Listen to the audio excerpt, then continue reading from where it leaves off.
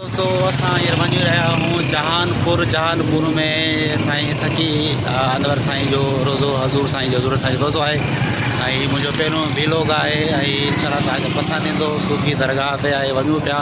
पोइ असां गॾु आहे ज़हर ज़िंदगी जो डायरेक्टर फरज़ंद खजू मलक जेको पेट्रोल विझराए पोइ हिते पंप ते। ऐं इंशाअल्लाह तव्हांखे असां हींअर ज़ियारत कराईंदासीं थोरी देरि खां पोइ हज़ूर साईं जी ऐं उते तव्हांखे ॿुधाईंदासीं।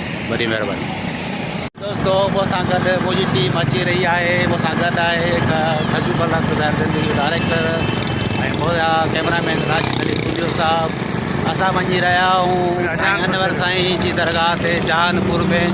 अॼु तव्हांखे दीदार कराईंदासीं जहानपुर शहर जो ऐं ॻोठ जो दरगाह जो ऐं मुंहिंजो पहिरियों व्लॉग आहे।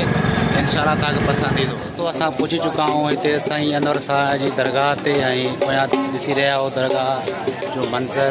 ऐं हिन पासे सॼी अॼु सूमरु आहे, पहिरियों सूमरु आहे ऐं हिते आवाम पहुतल आहे सॼे सिंध में। सिंध खां हिते दरगाह ते ऐं अंदरि ई तव्हांखे वीडियो नथा ॾेखारे सघूं छो जो अंदरि जेको आहे उहो लेडीज़ जो पर्दो जो आहे, ॿियो परमिशन आहे अंदरि।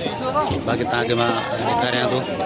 बिल्कुलु हीअ जेको असांजी दरगाह हज़रत अनवर साईं हज़ूर साईं जी दरगाह ते असां मौजूदु आहियूं। ऐं ॾेखारे अॼु पहिरियों सूमरु आहे जिते परे परे खां पूरे पाकिस्तान सिंध मां मुरीद हिते ईंदा आहिनि हर सूमर जे ॾींहुं।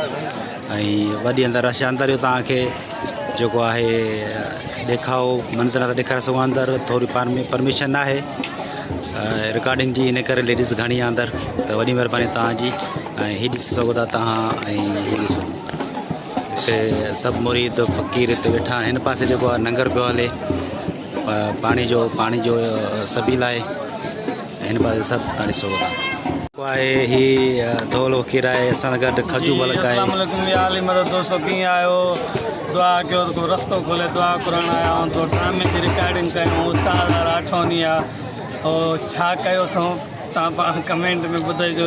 वधीक असां नथा ॿुधायूं ऐं दुआ कयो त कुल जाम सही फ़क़ीर धोल फ़क़ीर आहिनि पगड़ा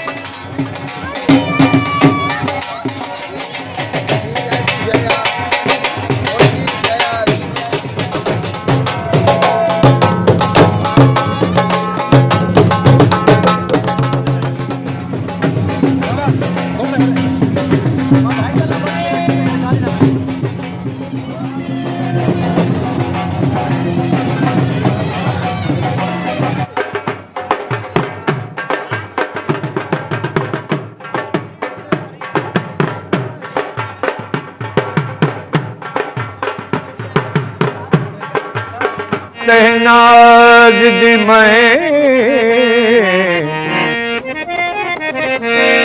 हो